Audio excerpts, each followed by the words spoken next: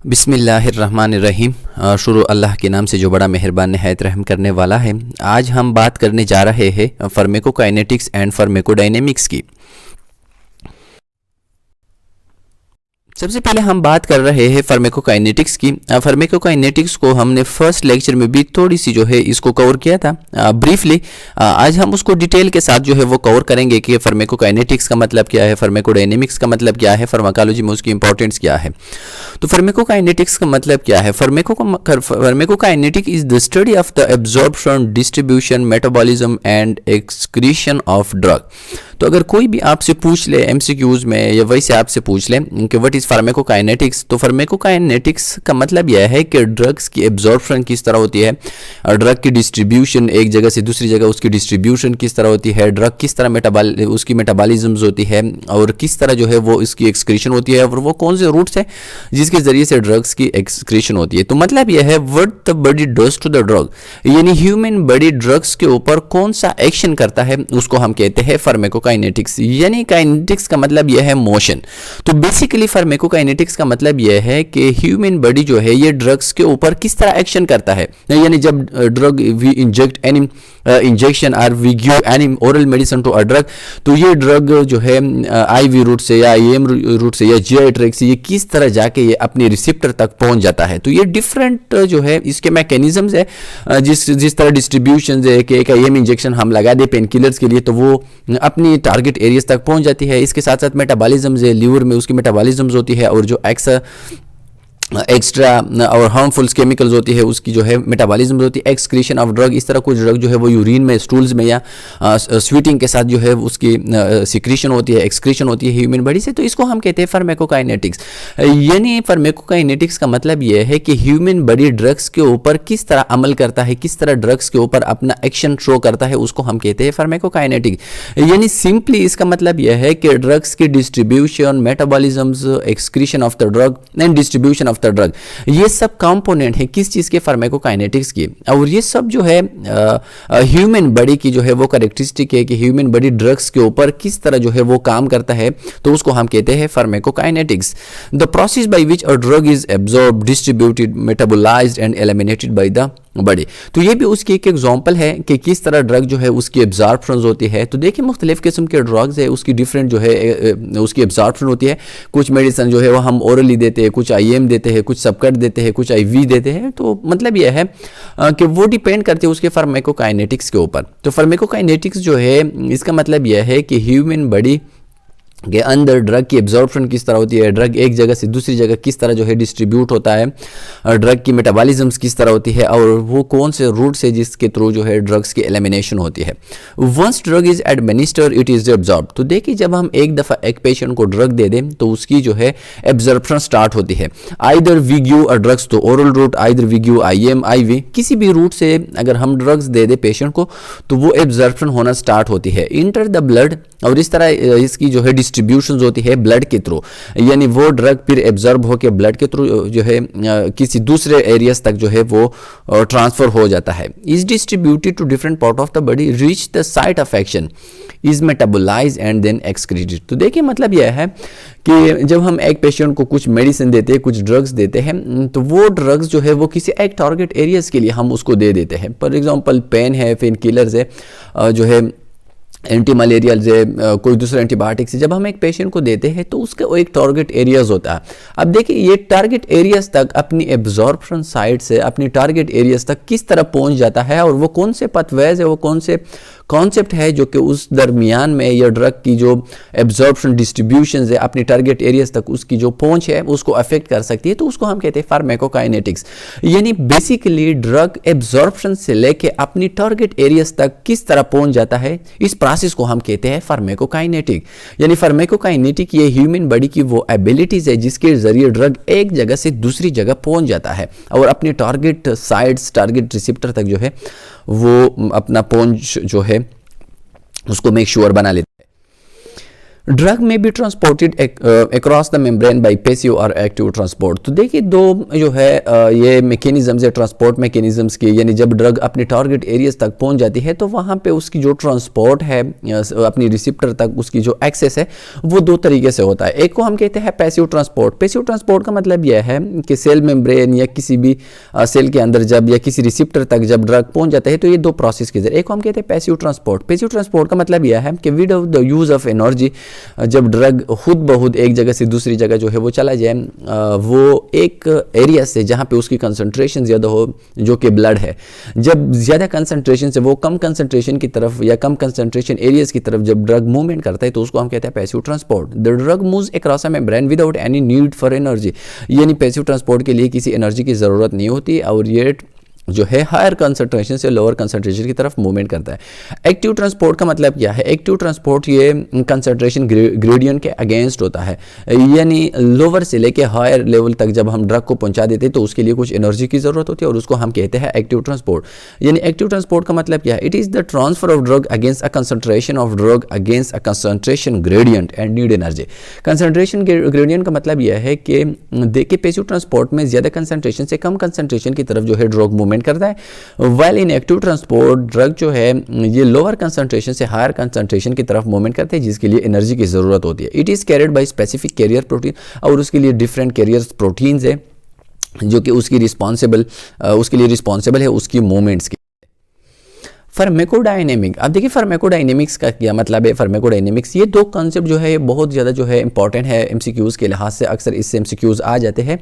तो ये first chapter के जो है इसका पार्ट है, यानी ये जिन बेसिक कॉन्सेप्ट को हमने स्टार्ट किया था डिटेल के साथ, ये उनके जो है वो पार्ट्स है।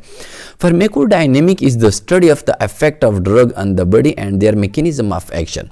अब देखिए हमने बात की पहले फार्माकोकाइनेटिक्स की, तो फार्माकोकाइनेटिक्स का मतलब यह है कि ड्रग जब फॉर एग्जांपल एक जगह पे आईएम इंजेक्शन या आईवी इंजेक्शन हमने लेट सपोज दे दिया, अब इसकी एब्जॉर्प्शन होती है, एब्जॉर्प्शन के बाद इसकी डिस्ट्रीब्यूशन होती है ब्लड के थ्रू, डिस्ट्रीब्यूशन के साथ इसकी मेटाबॉलिज्म होती है, यानी लीवर के जरिए जो एक्सेस या हार्मफुल केमिकल्स होती है उसको एक्सक्रीट किया जाता है, उसको जो है डिनेचर किया जाता है ताकि ड्रग की टॉक्सिकोलॉजी को प्रिवेंट किया जाए। इसके बाद उसकी जो है वो अपने रिसिप्टर तक जो है उसकी वो पहुंच है जहां पे वो अपना काम करता है। तो सबसे पहले क्या है उसकी है एब्जॉर्प्शन, डिस्ट्रीब्यूशन, इसके बाद जो है वो ड्रग की अपने एरियाज तक यानी उसकी मेटाबॉलिज्म है, और एट द एंड उसकी जो है वो एक्सक्रीशन है कि ह्यूमन बॉडी से या ब्लड के थ्रू या यूरिन के थ्रू, स्टूल के थ्रू या स्वीट के थ्रू या यानी डायफोरेसिस के थ्रू उसकी ह्यूमन बॉडी से जो है वो एक्सक्रीशन हो जाए। तो ये सारे स्टेप्स है किस चीज़ की? फार्माकोकाइनेटिक्स की। अब हम बात कर रहे हैं फार्माकोडायनेमिक्स। फार्माकोडायनेमिक्स का मतलब यह है कि जब ये ड्रग्स अपनी रिसिप्टर तक पहुंच जाए, यानी ये इन पाथवे को कवर करके इसको कंप्लीट करके अपनी रिसिप्टर तक पहुंच जाए, तो ये रिसिप्टर पे किस तरह जो है इफेक्ट करता है, किस तरह ये पेन किलर जो है ये पेन को रिलीफ करता है, एंटीफायरेक्सिक जितने भी ड्रग्स है वो टेम्परेचर को कंट्रोल कर लेता है, किस तरह एंटीबायोटिक जो है वो माइक्रो ऑर्गेनिजम्स को किल करता है, तो उसको हम कहते हैं फार्माकोडायनेमिक्स, यानी the interaction of a drug and the receptor responsible for its action in the body. यानी सिंपल इसका मतलब यह है कि ड्रग्स की जो रिसेप्टर के साथ एक्शन है कि ड्रग्स की मैकेनिज्म्स किस तरह है, यानी ड्रग्स क्यों जो है what's the reason that pain killer relief pain, यानी रीजंस क्या है, तो उसको हम स्टडी कर लेते हैं फार्माकोडायनेमिक्स में। यानी pharmacodynamic is the study of the effect of the drug on the body and there mechanism of action, यानी किस तरह जो है एक पेन किलर पेन को रिलीफ करता है, एंटीबायोटिक जो है वो माइक्रो ऑर्गेनिजम्स को किल करता है, पेनाडाल पैरासीटामोल जो है वो भी टेम्परेचर को जो है वो खत्म करता है। तो मतलब ये है कि ये किस तरह जो है ड्रग ह्यूमन बॉडी के ऊपर अपना इफेक्ट शो कर लेते हैं। इस तरह जब हम पेशेंट को प्रोपोफाल देते, केटामीन देते, तो क्यों पेशेंट को सिडेशन फील होती है, व्हाट्स द मैकेनिज्म, वो कौन से रिसेप्टर्स है जो कि उन ड्रग्स के लिए रिस्पॉन्सिबल है या उन ड्रग को वो जो है रिस्पांस देता है, तो उसको हम स्टडी कर लेते हैं फार्माकोडायनेमिक्स में। What the drugs does to the body, यानी ड्रग ह्यूमन बॉडी के ऊपर क्या करता है, तो उसको हम कहते हैं फार्माकोडायनेमिक। एक को हमने पढ़ा फार्माकोकाइनेटिक, इसको थोड़ा सा आप लोग जो है इसको समझने की कोशिश करें। फार्माकोकाइनेटिक का मतलब यह है कि ह्यूमन बॉडी ड्रग्स के ऊपर किस तरह एक्शन करता है, यानी किस तरह ह्यूमन बॉडी जो है वो ड्रग को एक जगह से दूसरी जगह पहुंचा देता है, तो उनको हम कहते हैं फार्माकोकाइनेटिक। यानी काइनेटिक्स का मतलब यह है मोशन। मोशन का मतलब यह है कि ड्रग एक जगह से दूसरी जगह पे या अपनी जो है उसकी जो इंजेक्शन साइट्स होती है उनसे वो अपने टारगेट उसका जो रिसेप्टर्स है उस तक वो कौन से जो है एरियाज के जरिए वो कौन से स्टेप्स है जिसके थ्रू वो मूवमेंट कर लेता है, तो उनको हम कहते हैं काइनेटिक्स। काइनेटिक्स का मतलब यह है मोमेंट। डायनेमिक्स का मतलब यह है कि ये ड्रग्स जब रिसेप्टर तक पहुंच जाता है तो ड्रग्स ह्यूमन बॉडी के ऊपर किस तरह एक्शन करता है, तो उसको हम कहते हैं फार्माकोडायनेमिक। यानी the effect of drug on the body is called pharmacodynamic and the effect of human body on the drug is called pharmacokinetics. ये थोड़े से जो है कन्फ्यूजेबल टर्म्स है। The interaction of a drug and the receptor responsible for its action in the body. तो देखिए किसी भी ड्रग को जब हम एक पेशेंट को देते हैं तो उसका कुछ स्पेसिफिक मकसद होता है, उसका कुछ तो थेराप्यूटिक इफेक्ट होता है, और वो इफेक्ट यह है कि जिस प्रॉब्लम्स को हम ठीक करने की कोशिश करते हैं वो ठीक हो जाए। जो भी पैथोलॉजिकल चेंजेस होती है, फिजियोलॉजिकल चेंजेस होती है, उसको हम अपनी नॉर्मल की तरफ जो है वो कन्वर्ट करें। तो ह्यूमन बॉडी जो है वो किस तरह, यानी ह्यूमन बॉडी की जो रिसेप्टर्स है वो ड्रग के साथ किस तरह एक्शंस करके उसकी कंडीशन को चेंज किया जाता है, तो उसको हम कहते हैं फार्माकोकाइनेटिक्स यानी फार्माकोडायनेमिक्स। फार्माकोकाइनेटिक्स का मतलब यह है कि ड्रग, जिस तरह मैंने ये स्केच बनाया कि एब्जॉर्प्शन साइड से लेके एक्सक्रीशन तक ये जितना भी मूवमेंट है ड्रग्स की ह्यूमन बॉडी के अंदर, तो उसको हम कहते हैं फार्माकोकाइनेटिक्स। और रिसेप्टर और ड्रग के दरमियान जो इंटरेक्शन है उसके दरमियान जो एक्शंस है उस एक्शंस को हम कहते हैं यानी ड्रग प्लस रिसेप्टर। यानी ड्रग प्लस रिसेप्टर उनके दरमियान जो मैकेनिज्म्स ऑफ एक्शंस है कि किस तरह जो है वो ड्रग रिसेप्टर को चेंज करता है। अब हम रिसेप्टर को भी पढ़ेंगे कि रिसेप्टर्स क्या है, लेकिन यहाँ पे आप सिर्फ इतना जो है वो अंडरस्टैंड करें कि ड्रग और रिसेप्टर के दरमियान जो एक्शंस है या उसके दरमियान जो मैकेनिज्म्स है जिसके थ्रू ह्यूमन बॉडी की फिजियोलॉजिकल सिस्टम में चेंजेस आती है, तो उसको हम कहते हैं pharmacodynamics. Pharmacokinetics, the life cycle of a drug. Life cycle of the drug का मतलब यह है कि ड्रग अपने एब्जॉर्प्शन साइड से लेके, यानी ये इसके मुख्तलिफ किस्म की स्टेप्स है, वो किस तरह डिस्ट्रीब्यूट होता है ब्लड के थ्रू, उसकी मेटाबॉलिज्म डिग्रेडेशन किस तरह होती है, और फिर एट द एंड ड्रग जो एक्सेस अमाउंट ऑफ ड्रग है वो किस तरह एक्सक्रीट होती है। तो उन सारे स्टेप्स को हम कहते हैं फार्माकोकाइनेटिक, या इसको हम कहते हैं the life cycle of a drug. यानी ये ड्रग की लाइफ साइकिल है। यानी जब एक्सक्रीशन फेज तक ड्रग पहुंच जाते हैं तो ड्रग्स की जो इफेक्ट होती है वो बिल्कुल ख़त्म होती है, उसकी जो लाइफ है वो कंप्लीट ख़त्म हो जाती है, तो उसको हम कहते हैं फार्माकोकाइनेटिक्स। तो देखिए एमसीक्यूज़ के लिए भी इंपॉर्टेंट है कि ह्यूमन बॉडी ड्रग्स के ऊपर जो एक्शन करता है उसको हम कहते हैं फार्माकोकाइनेटिक्स, और ड्रग ह्यूमन बॉडी के ऊपर जो एक्शन करता है उसको हम कहते हैं फार्माकोडायनेमिक्स। अब फार्माकोकाइनेटिक्स जो है इसके ये 4 जो है इंपॉर्टेंट स्टेप्स है, ये इसके वो कंसेप्ट है जो कि फार्माकोकाइनेटिक्स के साथ रिलेटेड। अब हम इनमें से एक एक को कवर करेंगे कि एब्जॉर्प्शन क्या है, एब्जॉर्प्शन के लिए वो मैकेनिज्म्स क्या है, डिस्ट्रीब्यूशन, मेटाबॉलिज्म एंड एक्सक्रीशन क्या है। एब्जॉर्प्शन क्या है? एब्जॉर्प्शन का मतलब यह है कि ड्रग किस तरह जो है वो एब्जॉर्ब होता है अपनी इंजेक्शन साइड से, अपनी इंजेक्टेबल साइड से, इधर IM हो, IV हो, सब कट हो, सबलिंगुअल हो, यानी जिस जगह पे हम पेशेंट को ड्रग देते हैं जिस रूट के ज़रिए भी, अब उनसे जो ड्रग एब्जॉर्ब होता है उस प्रोसेस को हम कहते हैं एब्जॉर्प्शन। यानी अगर ड्रग एब्जॉर्ब ना हो जाए तो वो सिस्टेमिक सर्कुलेशन तक नहीं पहुंच सकती, अगर सिस्टेमिक सर्कुलेशन पे ना पहुंच जाए तो वो अपनी रिसेप्टर तक नहीं पहुंच सकती। तो मतलब यह है कि absorption is very essential for the effect of the drug. और ये फार्माकोकाइनेटिक्स का एक इंपॉर्टेंट जो है वो पार्ट है। Absorption is defined as the passage of the drug from the site of administration into the circulation. यानी साइट ऑफ एडमिनिस्ट्रेशन का मतलब यह है कि ओरल रूट अगर हम इस्तेमाल करें किसी भी टेबलेट्स के लिए, या अगर हम IM इस्तेमाल करें, IV इस्तेमाल करें, तो उनसे सर्कुलेशन तक यानी ब्लड तक जब ड्रग पहुंच जाता है तो इनके दरमियान जो भी ये टाइम है, जो भी ये प्रोसेस है, उसको हम कहते हैं absorption. For a drug to reach its site of action it must pass through various membrane depending on the route of administration. तो देखिए ये रूट ऑफ एडमिनिस्ट्रेशन के ऊपर डिपेंडेंट है कि हम कौन सा रूट जो है वो इस्तेमाल करते हैं, IM इस्तेमाल करते हैं, IV इस्तेमाल करते हैं। तो मुख्तलिफ, इसका मतलब है कि मुख्तलिफ किस्म के रूट्स जो है वो हम इस्तेमाल कर सकती है जिसके थ्रू हम जो है पेशेंट को ड्रग देते हैं, और मुख्तलिफ किस्म के रूट्स के जो ड्रग की एब्जॉर्प्शन एबिलिटी है वो डिफरेंट है। तो इसलिए हम कहते हैं कि डिफरेंट रूट्स जो है इसकी जो एबिलिटीज़ है वो डिफरेंट है, इसकी जो एब्जॉर्प्शन हैसियत है, जो एब्जॉर्प्शन कैरेक्टरिस्टिक है वो डिफरेंट है। तो एब्जॉर्प्शन का मतलब यह है कि साइट ऑफ एडमिनिस्ट्रेशन से सर्कुलेशन यानी ब्लड तक जब एक ड्रग पहुंच जाता है तो उस प्रोसेस को हम कहते हैं absorption. Absorption occurs by one of the process passive diffusion और एक्टिव ट्रांसपोर्ट। तो देखिए इसके लिए एब्जॉर्प्शन के लिए दो मैकेनिज्म्स है, एक को हम कहते हैं पैसिव डिफ्यूजन। डिफ्यूजन का मतलब यह है हायर कंसंट्रेशन से लोअर कंसंट्रेशन की तरफ ड्रग की जो मूवमेंट है उसको हम कहते हैं पैसिव डिफ्यूजन। यानी लेट सपोज हम एक जो है डिक्लोफिनिक इंजेक्शन है जो कि हम आईएम देते हैं। अब देखिए लेट सपोज हमने डेल्टाइड में आईएम इंजेक्शन दे दिया। अब इस एरियाज में जहां पे हमने इंजेक्शन दे दिया वहां पे ड्रग की जो कंसंट्रेशन है वो बहुत ज़्यादा है और ये with the help of passive transport ये ब्लड के अंदर जो है ये ट्रांसफ़र होना स्टार्ट होती है अपने एरियाज तक, उसकी जितनी भी टारगेट रिसेप्टर है वहाँ तक ये पहुँचना जो है वो स्टार्ट होती है, तो उसको हम कहते हैं पैसिव ट्रांसपोर्ट या पैसिव डिफ्यूजन। एक्टिव ट्रांसपोर्ट का मतलब यह है कि अगर उसके लिए मुख्तलिफ किस्म के जो है वो ट्रांसपोर्टर अपना काम करे, एनर्जी यूज़ हो जाए और इसके थ्रू ड्रग जो है वो एब्जॉर्ब हो जाए और एक जगह से दूसरी जगह पर पहुँच जाए, तो उसको हम कहते हैं absorption with the help of active transport. Thus, except for IV route, absorption is important for all other route of administration। ये MCQs बहुत ज़्यादा इंपॉर्टेंट है। IV जितनी भी रूट्स है, जितनी भी ड्रग्स है, जितनी भी इन्फ्यूजन है जो कि हम IV रूट्स के जरिए देते हैं उसकी 100% एब्जॉर्प्शन है।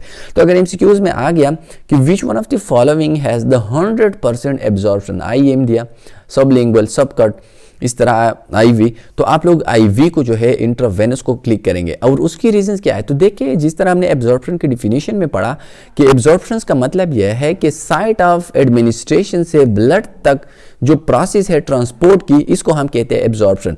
लेकिन अगर हम एक इंजेक्शन डायरेक्टली आईवी में दे दे तो इसका मतलब यह है कि उसको हम डायरेक्टली सिस्टेमिक सर्कुलेशन में जो है वो ड्रग हम पहुंचा देती है और इसका मतलब यह है कि उस ड्रग्स की जो एब्जॉर्प्शन पावर है वो 100% है।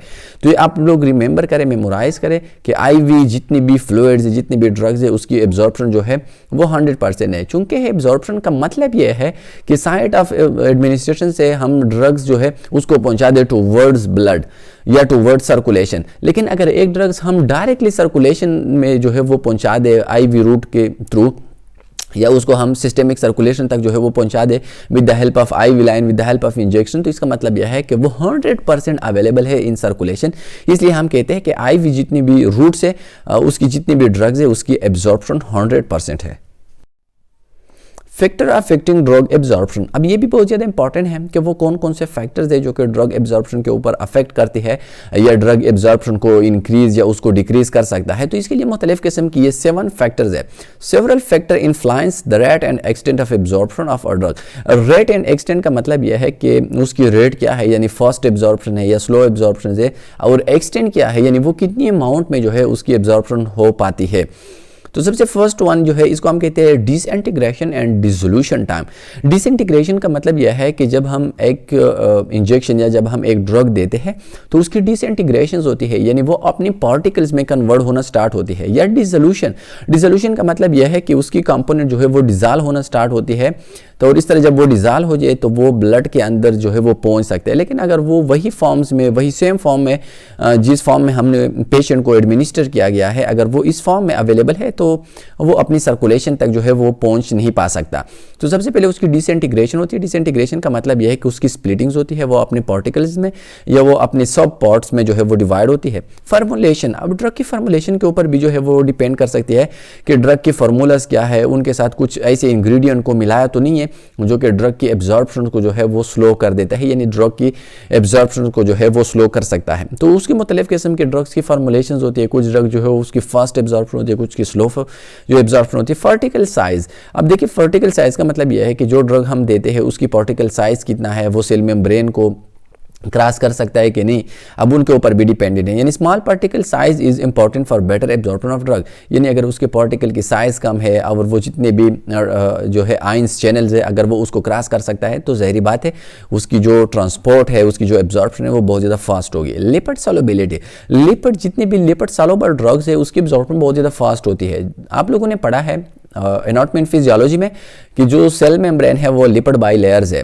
लिपिड बाइलेयर्स का मतलब यह है कि इसमें लिपिड जो है वो प्रेजेंट है। अब देखिए वो ड्रग्स जो कि लिपिड सॉल्युबल्स है जब हम पेशेंट को देते हैं तो उसकी एब्जॉर्प्शन बहुत ज़्यादा फास्ट होती है, क्योंकि वो लिपिड के साथ जो है वो ईजिली बाउंड बना के वो अपनी टारगेट एरियाज तक पहुंच सकता है। Area and vascularity of the absorption surface, देखिए एरियाज और वास्कुलरिटी का मतलब यह है कि जिस एरिया को सबसे ज़्यादा ब्लड की सप्लाई हो, सबसे ज़्यादा ब्लड की सर्कुलेशन वहाँ तक हो, तो वहाँ पे अगर हम एक ड्रग को दे दें तो उसकी एब्जॉर्प्शन बहुत ज़्यादा फास्ट होती है, यानी ईजिली वो ड्रग जो है वो अपनी सर्कुलेशन तक पहुँच सकती है। तो मतलब यह है कि जो एरिया सबसे ज़्यादा वस्कुलर हो, जिसमें सबसे ज़्यादा वेन प्रेजेंट हो, सबसे ज़्यादा वहाँ पे ब्लड सर्कुलेशन हो, वहाँ तक ड्रग की जो एब्जॉर्प्शन है वो बहुत ज़्यादा फास्ट होती है। गैस्ट्रोइंटेस्टिनल मोटिलिटी, गैस्ट्रोइंटेस्टिनल मोटिलिटीज़ का मतलब यह है गैस्ट्रो या जीआई ट्रैक्ट की जो मोटिलिटीज़ है उसकी मूवमेंट है उसके ऊपर भी डिपेंड करते हैं। अगर वहाँ पे कोई प्रॉब्लम्स ना है, नहीं है, वहाँ पे कुछ जो है वो एबनॉर्मेलिटीज़, पैथोलॉजिकल चेंजेस नहीं है, जीआई ट्रैक्ट की डिसऑर्डर नहीं है, उसकी मोटिलिटी बिल्कुल, उसकी मूवमेंट बहुत अच्छा है, तो ड्रग की जो एब्जॉर्प्शन है वो भी बहुत ज़्यादा फास्ट होगी अगर हम वो ड्रग जो है जीआई ट्रैक्ट के थ्रू या ओरल रूट के ज़रिए अगर हम वो दे देते हैं।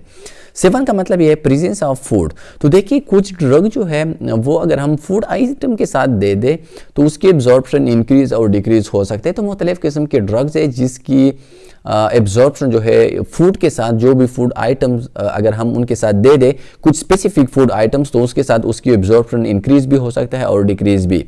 यूनिट ड्रग्स में फॉर्म कॉम्प्लेक्स विद फूड्स, यानी वो उनके साथ या कॉम्प्लेक्स बना देती है या such complexes are poorly absorb. Tetracycline chelate, calcium present in food so absorption decrease. तो मतलब यह है कि जो टेट्रासाइक्लिन एंटीबायोटिक है अगर हम वो उन फूड के साथ दे दे जिसमें कैल्शियम प्रेजेंट है तो टेट्रासाइक्लिन उनके साथ कॉम्प्लेक्स बना देता है और इस तरह लार्ज जो है वो कॉम्प्लेक्स बना के उसकी जो एब्जॉर्प्शन है वो डिक्रीज होती है, जो कि हमने पढ़ा है कि पार्टिकल साइज, यानी मतलब ये कि पार्टिकल साइज जो है वो इंक्रीज होता है और इस तरह ड्रग की यानी टेट्रासाइक्लिन की जो एब्जॉर्प्शन है वो डिक्रीज होती है। तो मतलब यह है कि कुछ फूड आइटम भी इस तरह है जिसके साथ अगर हम ड्रग को दे दें तो उसकी जो इफेक्ट है, उसकी जो एब्जॉर्प्शन है वो डिक्रीज होती है। PH and ionization, pH and ionization, pH का मतलब यह है यानी ड्रग्स की जो पीएच है एसिडिक है या वो बेसिक है। आयोनाइजेशन का मतलब यह है कि ड्रग जो है ये आयंस में चेंज होता है कि नहीं है, यानी जिस तरह सोडियम क्लोराइड है NaCl, अगर इसको हम सोडियम प्लस और इस तरह क्लोरीन नेगेटिव में कन्वर्ट करें तो इसका मतलब यह है कि इट्स आयोनाइजेबल, यानी आयंस में कन्वर्ट हो गया। Ionize drugs are poorly absorb, तो देखिए जितने भी आयोनाइज ड्रग है वो जो है पुअरली एब्जॉर्ब होती है और इसकी रीजन ये होती है कि वो मुख्तलिफ किस्म की जो सेल्स के अंदर आयंस होती है उनके साथ ये मिल जाते हैं, यानी सोडियम अगर किसी भी जगह पे जो है कोई दूसरा सोडियम जो है वो अवेलेबल है तो उनके साथ वो इजीली बॉन्ड बना लेता है। तो मतलब यह है कि जितने भी वो ड्रग्स है जो कि आयनाइज होते हैं तो उसकी एब्जॉर्प्शन जो है वो वीक होती है, क्योंकि मुख्तलिफ किस्म के जितने भी आयंस बॉडी के अंदर प्रेजेंट होती है, ब्लड के अंदर प्रेजेंट होती है, ये उनके साथ जो है वो बॉन्ड्स बना लेता है। While unionized drugs are lipid soluble and are well absorb, और जितनी भी अनआयोनाइज्ड ड्रग्स है वो लिपिड सॉल्युबल से, और लिपिड सॉल्युबल का मतलब यह है कि उसकी एब्जॉर्प्शन जो है वो बहुत ज़्यादा फास्ट होती है। तो चूंकि आयोनाइज्ड ड्रग जो है इसकी एब्जॉर्प्शन वीक है क्योंकि वो मुख्तलिफ किस्म के आयंस के साथ बॉन्ड बना लेती है, और जितनी भी अनआयोनाइज्ड ड्रग्स है वो लिपिड सॉल्युबल्स है, यानी लिपिड्स के ऊपर कोई चार्ज नहीं है, और इस तरह जो है उसकी जो एब्जॉर्प्शन है वो बहुत ज़्यादा फास्ट होती है। Acidic drug remain ionized in acidic medium of the stomach and are rapidly absorb. Acidic drug remain unionized in acidic medium of the stomach and are rapidly absorbed। तो देखिए जितनी भी एसिडिक ड्रग्स है चूँकि stomach की जो layers है वो भी एसिडिक से, हमने पढ़ा है कि वहाँ पे जो HCl है वो प्रेजेंट है और वहाँ पे जो मीडियम है वो बहुत ज़्यादा एसिडिक है। तो जितनी भी एसिडिक ड्रग्स है उसकी एब्जॉर्प्शन बहुत ज़्यादा फास्ट होती है, और जितनी भी बेसिक ड्रग्स है वो स्टोमच की जो एसिडिक मीडियम है उसके साथ न्यूट्रलाइजेशन रिएक्शन करता है, और इस तरह उसकी जो एबिलिटीज़ है उसकी जो कंसनट्रेशन है वो डिक्रीज होता है, वो डीनेचर होता है, और इस तरह उसकी जो एब्जॉर्प्शन है वो बहुत ज़्यादा कम होती है, जो लेस होती है। तो मतलब यह है कि जितनी भी एसिडिक ड्रग्स है उसकी एब्जॉर्प्शन भी बहुत ज़्यादा फास्ट होती है। और इसकी एग्जांपल क्या है, एस्प्रिन है एंड बार्बिटूरेट्स है। Basic drug are unionized when they are reach the alkaline medium of the intestine from where they are rapidly absorb pethidines and ephedrines. लेकिन कुछ ड्रग जो है वो इस तरह है कि जो कि बेसिक फॉर्म्स में है तो उनकी एब्जॉर्प्शन बहुत ज़्यादा फास्ट होती है इनसाइड द इंटेस्टाइन, चूँकि इंटेस्टाइन का जो इन्वायरमेंट है वो थोड़ा सा बेसिक टाइप का है और वहाँ पे उनकी एब्जॉर्प्शन बहुत ज़्यादा फास्ट होती है, और इसकी एग्जाम्पल है pethidine and ephedrines. Metabolism, some drugs may be degraded in gut, nitroglycerine and insulin. Metabolism का मतलब यह है कि जब हम एक पेशेंट को ड्रग्स देते हैं तो कुछ ड्रग्स जो है वो गट के अंदर यानी जीआई ट्रैक्ट के अंदर उसकी मेटाबॉलिज्म्स होती है और उसकी जो है वो डिग्रेडेशंस होती है, कुछ ड्रग्स जो है वो वहाँ पे डिस्ट्रॉय होती है, जिस तरह नाइट्रोग्लाइसरीन है एंड इंसुलिन है। तो इस तरह के ड्रग्स हम कोशिश करती है कि with the help of sublingual, जिस तरह नाइट्रोग्लाइसरीन हम सबलिंगुअल देते हैं, इंसुलिन जो है वो हम सब कट देते हैं, तो वो इसलिए हम देते हैं ताकि जो स्टोमेज की मीडियम है या जो जीआई ट्रैक्ट है वो उसको डिग्रेड ना करे और उसकी एब्जॉर्प्शन जो है वो फास्ट हो जाए।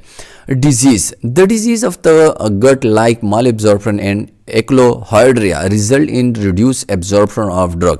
तो देखिए कुछ डिजीज भी इस तरह है जो कि ड्रग की एब्जॉर्प्शन जो है इसको जो है वो डिक्रीज कर सकता है, जिस तरह माल एब्जॉर्प्शन है। तो माल एब्जॉर्प्शन का मतलब यह है कि अगर इंटेस्टाइन्स में जो विलाई है, अगर वहाँ पे ड्रग्स की जो एब्जॉर्प्शन है अगर ये बहुत ज़्यादा स्लो है, तो मतलब यह है कि ड्रग्स की जो एब्जॉर्प्शन है वो बहुत ज़्यादा जो है वो वीक होती है। लेकिन कुछ ड्रग इस तरह होती है जो कि डिफरेंट डिजीज़ की वजह से या डिफरेंट पैथोलॉजिकल चेंजेस की वजह से उसकी जो एब्जॉर्प्शन है वो बहुत ज़्यादा जो है वो अफेक्ट हो सकती है। इस तरह एक डिजीज़ है जिसको हम कहते हैं एक्लोहाइड्रिया। एक्लोहाइड्रिया का मतलब यह absence of hydrochloric acid in the gastric secretion, यानी जो गैस्ट्रिक सिक्रीशन है अगर इसमें ICL की जो अमाउंट है वो कम हो जाए तो उसकी वजह से भी मुख्तलिफ़ किस्म के ड्रग्स की जो एब्जॉर्प्शन है वो डिक्रीज़ हो जाता है। तो मतलब यह है कि अगर MCQs में आ गया कि डिफरेंट पैथोलॉजिकल चेंजेस वो अफेक्ट कर सकते हैं ड्रग की एब्जॉर्प्शन, तो आप लोगों ने इनको मेमोराइज करना है। ये जितने भी आप लोग जो है वो फैक्टर पढ़ते हैं, ये जितने भी आप लोग ये कॉन्सेप्ट पढ़ते हैं जो कि अफेक्ट कर सकती है ड्रग की एब्जॉर्प्शन को, और इसकी डिटेल भी हमने पढ़ा कुछ हद तक कि किस तरह जो है वो डिजीज़ को, यानी जिस तरह हमने मल एब्जॉर्प्शन के बारे में बात की, यानी मल एब्जॉर्प्शन का मतलब यह है कि इनसाइड द इंटेस्टाइन जो विलाई है उसमें एब्जॉर्प्शन नहीं होती, और जब एब्जॉर्प्शन नहीं होती किसी चीज़ की तो ज़ाहिर बात है ड्रग की भी एब्जॉर्प्शन नहीं होती और इस तरह ड्रग की जो एब्जॉर्प्शन है वो भी अफेक्ट हो सकती है और सर्कुलेशन तक ड्रग की जो एक्सेस है वो बहुत ज़्यादा कमज़ोर होगी। स्लो एब्जॉर्प्शन, तो देखिए कुछ रूट इस तरह है जिसकी एब्जॉर्प्शन बहुत ज़्यादा स्लो है। तो जिस तरह मैंने आपको बताया कि सबसे फर्स्ट एंड 100% एब्जॉर्प्शन जो है वो है IV रूट, यानी इंट्रावेनस रूट की जो एब्जॉर्प्शन है वो बिल्कुल 100% है। ये आप लोग MCQs के लिए अपने जहन में जो है वो बिठा दे। ओरली, अब कुछ रूट इस तरह है जिसकी एब्जॉर्प्शन बहुत ज़्यादा स्लो है, जिस तरह ओरली है, यानी अगर हम ओरल रूट के ज़रिए कुछ टैबलेट या कुछ ड्रग्स दे दे तो उसकी जो एब्जॉर्प्शन है वो बहुत ज़्यादा स्लो होती है, क्योंकि वो एक लॉन्ग जो है वो प्रोसेस को कंप्लीट कर लेती है, इंटेस्टाइन स्टोमेज को, इंटेस्टाइन को, और फिर इस तरह वो जाके विलाई के अंदर उसकी एब्जॉर्प्शन होती है। तो मतलब यह है कि वो एक लेंथी प्रोसेस है। थ्रू म्यूकस मेम्ब्रेन, जो ड्रग हम म्यूकस मेम्ब्रेन के थ्रू देते हैं, जिस तरह ओरल म्यूकोसा है, सबलिंगुअल है, नाइट्रोग्लाइसरीन है, कैपोटीन है, मुख्तलिफ ड्रग्स है जो कि हम दे देते हैं।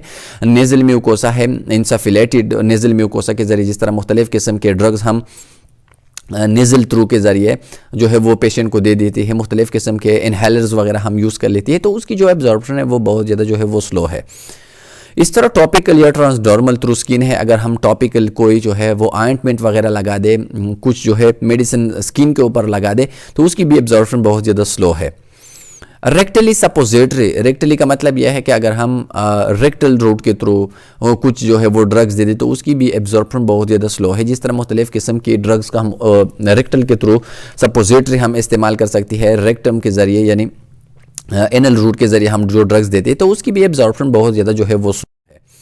फर्स्ट एब्जॉर्प्शन, यानी फर्स्ट एब्जॉर्प्शन वो कौन से रूट्स की है? Parenteral injection. पेरेंट्रल इंजेक्शन यानी मतलब यह है कि वो इंजेक्शन जिसको हम जो है वो सर्कुलेशन तक पहुंचाने की कोशिश कर लेती है पेरेंटल रूट के जरिए। तो देखिए एक होता है इंटेरल रूट और दूसरा है parental root.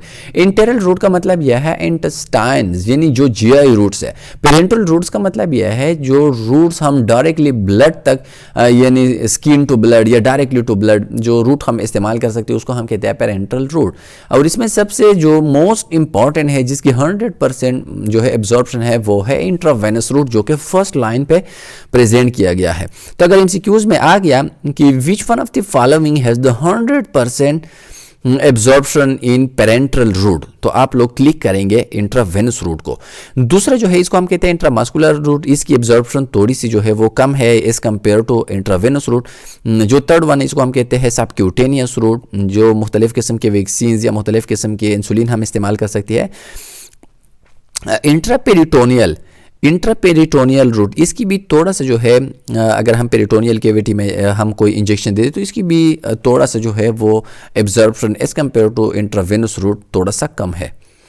Inhale through lungs, यानी लंग्स के थ्रू जिस तरह मुख्तलिफ़ किस्म की एनेस्थीसियाज है जो कि हम उसको कहते हैं इनहेलेशन एनेस्थीसिया, तो उसकी भी एब्जॉर्प्शन जो है वो ज़्यादा है as compare to internal route, लेकिन पेरेंटल रूट में जितनी भी हमने पढ़ ली उसमें भी उसकी जो एब्जॉर्प्शन है वो थोड़ा सा कम है। तो सबसे मोस्ट जिसकी एब्जॉर्प्शन बहुत ज़्यादा फास्ट है वो है इंट्रावेनस रूट, या जिसको हम कहते हैं आईवी रूट, और इसके मुख्तलिफ़ किस्म के फीचर हैं। फर्स्ट मेटाबॉलिज्म, तो ये एक कॉन्सेप्ट है जिसको हम कहते हैं फर्स्ट पास मेटाबॉलिज्म, या इसको हम कहते हैं FPM। तो फर्स्ट मेटाबॉलिज्म्स का मतलब क्या है, ये कॉन्सेप्ट है एक जिसको हम पढ़ते हैं एब्जॉर्प्शंस में। तो फर्स्ट मेटाबॉलिज्म्स का मतलब क्या है, अब देखिए इसकी डिफिनीशंस अगर हम पढ़ ले, the first fast metabolism also known as pre systematic metabolism or elimination. Pre systematic metabolism or elimination, इसको आप लोग जो है समझने की कोशिश करें, यानी the first fast effect also known as pre systematic metabolism or elimination. मतलब यह है कि ड्रग जब हम एक रूट के जरिए देते हैं तो उसका मतलब ये होता है कि वो ड्रग जाके सर्कुलेशन तक पहुंच जाए और with the help of blood या with the help of circulation वो अपने रिसेप्टर तक पहुंच जाए। लेकिन कुछ drugs in between the administration site या एडमिनिस्टर साइट एंड सर्कुलेशन, उसकी जो है वो एलिमिनेशंस होती है या उसकी जो है वो मेटाबॉलिज्म्स होती है, कुछ ड्रग जो है वो वहां पे ज़ाया होता है, तो उसको हम कहते हैं first pass effect. Are chemical in liver और intestine prior to reaching the systematic circulation, या कुछ ड्रग्स अगर हम वो देते with the help of GI tract तो लिवर में या इंटेस्टाइन में उसकी जो है वो डिग्रेडेशन होती है, कुछ ड्रग जो है वो वहाँ पे ज़ाया होता है before reaching the systematic circulation, यानी ब्लड तक पहुँचने में। तो इस इफेक्ट को हम कहते हैं फर्स्ट फास्ट मेटाबॉलिज्म। इसकी डिफिनीशन जो स्लाइड में प्रेजेंट किया गया है, first pass metabolism is the metabolism of the drug during its passage from the site of absorption to the systemic circulation। यानी ड्रग्स की वो एब्जॉर्प्शन जो कि साइट ऑफ एडमिनिस्ट्रेशन से लेके सर्कुलेशन तक होती है उसको हम कहते हैं फर्स्ट मेटाबॉलिज्म। तो कुछ ड्रग जो है in between these administration site and circulation, कुछ ड्रग जो है इस टाइम पे ज़ाया होता है, कुछ जो है वो डिस्ट्रॉय होती है, कुछ की मेटाबॉलिज्म होती है। It is also called pre systematic metabolism और फर्स्ट पास इफेक्ट। इसको हम या प्री सिस्टमेटिक मेटाबॉलिज्म्स भी कहते हैं या इसको हम कहते हैं first pass effect. During drugs given orally may be metabolized in the gut wall and in the liver before reaching the systemic circulation. The extent of FPM differ from drug to drug। तो मतलब यह है कि कुछ drugs अगर हम let suppose एक tablet अगर हम दे दें ओरल रूट के थ्रू, तो कुछ ड्रग जो है वो स्टोमेज के अंदर उसकी डिग्रेडेशन होती है, कुछ ड्रग जाके लिवर के अंदर उसकी डिग्रेडेशन होती है। तो बहुत कम अमाउंट में जो ड्रग है वो अपने ब्लड सर्कुलेशन तक पहुंच जाती है, तो उस इफेक्ट को हम कहते हैं first pass metabolism. First pass metabolisms में result in partial two total inactivation of the drug. तो देखिए पार्शियल या टोटल इनएक्टिवेशन का मतलब यह है कि फर्स्ट पास इफेक्ट की वजह से कुछ ड्रग जो है उसकी डीएक्टिवेशन होती है या वो इनएक्टिवेट होती है। इनएक्टिवेट का मतलब यह कि कुछ ड्रग हमसे जो है वो ज़ाया होता है, यानी लिवर के अंदर उसकी जो है वो डिटॉक्सिफिकेशन होती है, कुछ ड्रग जो है वहाँ पर ज़ाया होता है, जो है वो स्टोमेज के जरिए कुछ ड्रग जो है वो ज़ाया होता है। When it is partial it can be compensated by giving higher dose of particular drugs। तो मतलब यह है कि अगर ड्रग जो है वो बहुत ज़्यादा फास्ट मेटाबॉलिज्म्स के ज़रिए अगर उसकी अमाउंट जो है वो बहुत ज़्यादा जो है वो डिस्ट्रॉय होता है तो हम उस ड्रग्स की जो डोज है उसको हम थोड़ा सा बढ़ा देते हैं। तो देखिए फर्स्ट मेटाबॉलिज्म्स का मतलब क्या है, फर्स्ट मेटाबॉलिज्म्स का मतलब यह है कि कुछ ड्रग जो है एडमिनिस्ट्रेशन साइट से जब वो पहुंचने की कोशिश कर लेते हैं सर्कुलेशन तक, सर्कुलेशन सिस्टम तक, तो इन बिटवीन द एडमिनिस्ट्रेशन साइट और सर्कुलेशन कुछ ड्रग जो है वो ज़ाया होता है। तो हमारा जो मेन कॉन्सेप्ट है, हमारा जो मेन कंसर्न है वो ब्लड के अंदर जो ड्रग्स की अमाउंट है उनके साथ है, यानी वो ड्रग जाके किसी रिसेप्टर के साथ जो है वो बाइंड बना के उसके ऊपर अपना एक्शन शो करता है। लेकिन अगर फर्स्ट मेटाबॉलिज्म के जरिए बहुत ज़्यादा किसी ड्रग्स की जो अमाउंट है वो ज़ाया होता है तो हम उसकी जो डोज है वो थोड़ा सा इंक्रीज़ करते हैं ताकि उसकी बायो अवेलेबिलिटी को या उसकी जो सर्कुलेशन के अंदर अमाउंट है उसको हम इंक्रीज़ किया जाए। तो उसका मेन मकसद ये है, यानी अगर कोई आपसे पूछ ले कि फर्स्ट मेटाबॉलिज्म को हम क्यों पढ़ते हैं, तो इसका मेन मकसद यह है कि हमने मेक श्योर करना है ड्रग की बायो अवेलेबिलिटी को, कि हमारे पास सफिशिएंट अमाउंट में ड्रग जो है वो अवेलेबल हो सर्कुलेशन के अंदर। और अगर किसी फर्स्ट मेटाबॉलिज्म्स के जरिए ड्रग जो है वो डीएक्टिवेट या इनएक्टिवेट होता है, तो हम कोशिश कर लेते हैं कि उसकी डोज को हम बढ़ा दें ताकि हमारे पास टारगेट्स जो ड्रग्स की अमाउंट है, बायो अवेलेबिलिटी है, उसको हम जो है वो achieve. Bioavailabilities and bioequivalence. Bioavailability and bioequivalence ये क्या है? Bioavailability is the fraction of the drug that reach the systemic circulation following administration of any route IV 100% bioavailability. Bioavailability इसका मतलब यह है कि ड्रग्स की वो फ्रैक्शंस का मतलब यह है कि अगर ड्रग की फॉर एग्जांपल 100 mg अगर हम कोई ड्रग लेट सपोज एक पेशेंट को दे दे, तो अब इन 100 में से वो कितना ड्रग्स है जो कि पहुंच जाता है इनटू सिस्टमेटिक सर्कुलेशन, यानी ब्लड तक जो है वो पहुंच जाता है, कितना अमाउंट है। यानी लेट सपोज अगर एक ड्रग जो है वो 100 में से 50 mg जो है वो पहुंच गया, तो इसका मतलब यह है कि उसकी बायो अवेलेबिलिटी जो है वो है 50 mg। और अगर कोई जो है वो ड्रग है वो 100% पहुंच जाते हैं, जिस तरह IV रूट से, यानी डायरेक्टली हम जो है वो सिस्टमेटिक सर्कुलेशन तक ड्रग को हम पहुंचाने की कोशिश करते हैं, तो उसकी जो बायो अवेलेबिलिटीज़ है वो है 100%। यानी बायो अवेलेबिलिटी ड्रग्स का वो रेशियो है, ड्रग्स की वो फ्रैक्शंस है जो कि सिस्टमेटिक सर्कुलेशन तक पहुंच जाता है। तो देखिए फर्स्ट मेटाबॉलिज्म्स को जो हमने पढ़ा उसमें हम बायो अवेलेबिलिटी को मेक श्योर करने की कोशिश करती है। यानी बायो अवेलेबिलिटी जिस तरह हमने पढ़ा ड्रग्स का वो पार्ट, ड्रग्स का वो amount as compare to total amount. यानी अगर हम जिस तरह मैंने आपको बताया अगर 100 mg का एक टेबलेट है, अब इन 100 mg में से वो कितना अमाउंट है ड्रग्स का जो अपने इंजेक्टेबल साइड से ब्लड तक पहुंच जाता है, तो ब्लड के अंदर ड्रग का जो अमाउंट है उसको हम कहते हैं बायो अवेलेबिलिटी। और बायो अवेलेबिलिटी जो IV रूट्स है उसकी 100% बायो अवेलेबिलिटी MCQs के लिए बहुत ज़्यादा इंपॉर्टेंट है कि which one of the following route has the 100% bioavailabilities. तो उसमें जो मोस्ट इंपॉर्टेंट या जिसकी 100% बायो अवेलेबिलिटी है उसको हम कहते हैं IV रूट। बायो इक्वलेंस क्या है? अगर दो ड्रग्स की हम बायो अवेलेबिलिटीज को कंपेयर करने की कोशिश करें तो उस कंसेप्ट को हम कहते हैं बायो इक्वलेंस। यानी दो ड्रग्स की अगर हम बायो अवेलेबिलिटीज को कंपेयर करें तो उसको हम कहते हैं bioequivalency. It is the study of comparison of bioavailabilities of different formulation of the same drugs. तो देखिए ये हम इस तरह भी कर सकते हैं कि लेट सपोज हम एक ड्रग जो है वो IV रूट के जरिए देते हैं, एक ड्रग को हम IM रूट के जरिए देते हैं, एक ड्रग को हम ओरल रूट के जरिए हम देते हैं। अब हम उनमें से हर एक की जो है वो बायो अवेलेबिलिटीज को देख करते हैं कि एक ड्रग की मुख्तलिफ रूट के जरिए ब्लड तक पहुंचने की एबिलिटीज कितना है। अगर हम ये कंपेयर करें कि ओरल रूट का IM रूट के साथ जो है वो कंपेरिजन कितना है, IM रूट का IV के साथ जो है वो कंपेरिजन कितना है, तो उसको हम कहते हैं bio equivalency. Two drugs are said to be bioequivalent if they have the same bioavailability and efficacy provided that they are administered in the same molar dose at the same route of administration। तो देखिए bio equivalency to drugs इसको हम bio equivalent कहते हैं अगर उसकी bio availability जो है वो सेम है और इसकी जो इफेक्ट है वो भी, इसकी जो इफिकेसी है, उसकी जो इफेक्टिविटीज़ है वो भी सेम है। अगर हम किसी रूट के ज़रिए, किसी एक रूट के ज़रिए हम उसको दे दें, तो वो ड्रग्स जिसको हम बायो इक्वलेंट कहते हैं वो दो ड्रग्स है वो। अब देखिए ये ड्रग जो है ये डिफरेंट ड्रग्स हो सकते हैं जिसकी बायो इक्विवेलेंसी जो है वो सेम हो। इंपॉर्टेंट ऑफ बायो इक्विवेलेंसी, यानी हम बायो इक्विवेलेंसी को हम क्यों पढ़ते हैं, जिस तरह हमने फर्स्ट मेटाबॉलिज्म्स के जरिए कि हमने बात की कि वो हम क्यों पढ़ते हैं, अब इस तरह बायो इक्विवेलेंसी की हम जो है वो बात क्यों करते हैं। It is necessary for generic substitution. जब किसी ड्रग की जेनेरिक सब्सटीट्यूशन की जाती है, जब किसी ड्रग्स को डिज़ाइन किया जाता है, तो उसके लिए ये बहुत ज़्यादा इंपॉर्टेंट है कि उसकी बायो अवेलेबिलिटी को जो है उसको मेक श्योर बना दे। Generic product are usually cheaper than brand product. जितने भी जेनेरिक प्रोडक्ट है वो थोड़े से चीपर है, उस थोड़े से जो है वो सस्ते हैं देन ब्रांडेड प्रोडक्ट, जितने भी ब्रांडेड प्रोडक्ट है। तो मतलब यह है कि मुख्तलिफ़ किस्म की ड्रग की जो डिज़ाइंस है, जब इंडस्ट्रीज़ में उसको डिज़ाइन किया जाता है, उसकी जितनी भी इंडिकेशंस, काउंटर इंडिकेशन उसको डिज़ाइन किया जाए, तो उस वक्त जो है वो बायो इक्विवेलेंसी या bio availability is most important.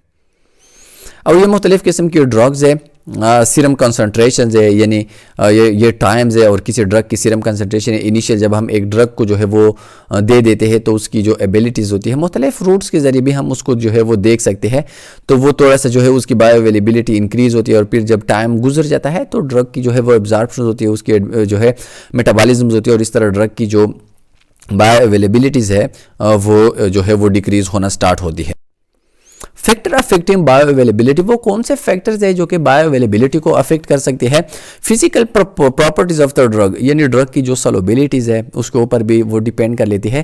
अगर ड्रग जो है वो लिपिड सॉल्युबल है तो उसकी बायो अवेलेबिलिटी बहुत ज़्यादा होगी, अगर ड्रग जो है वो आयोनाइज फॉर्म में कन्वर्ट होती है उसकी बायो अवेलेबिलिटी कम होगी, अगर ड्रग अनआयोनाइज है तो उसकी बायो अवेलेबिलिटी जो है वो बहुत ज़्यादा होगी, अगर ड्रग जो है वो एसिडिक है तो उसकी बायो अवेलेबिलिटी ज़्यादा होगी। द ड्रग फार्मूलेशन, ड्रग की जो फार्मूलाज होती है उसके ऊपर भी डिपेंड कर लेती है, यानी ड्रग्स वो कौन से फार्मूलेज, वो कौन से उसका जेनेरिक या उस ड्रग्स की जो है वो एपेक्स जो है उसकी एबिलिटीज़ क्या है। गेस्ट्रिक इम्पिटाइंग टाइम्स, गेस्ट्रिक इम्पिटाइम्स टाइम के ऊपर भी, यानी अगर गेस्ट्रिक मोटिलिटी बहुत ज़्यादा है तो ड्रग जो है वो बहुत ज़्यादा फास्ट जो है वो इंटेस्टाइन तक पहुँच जाके वो उसकी जो है वो बायो अवेलेबिलिटीज़ यानी सर्कुलेशन तक वो पहुंच सकता है।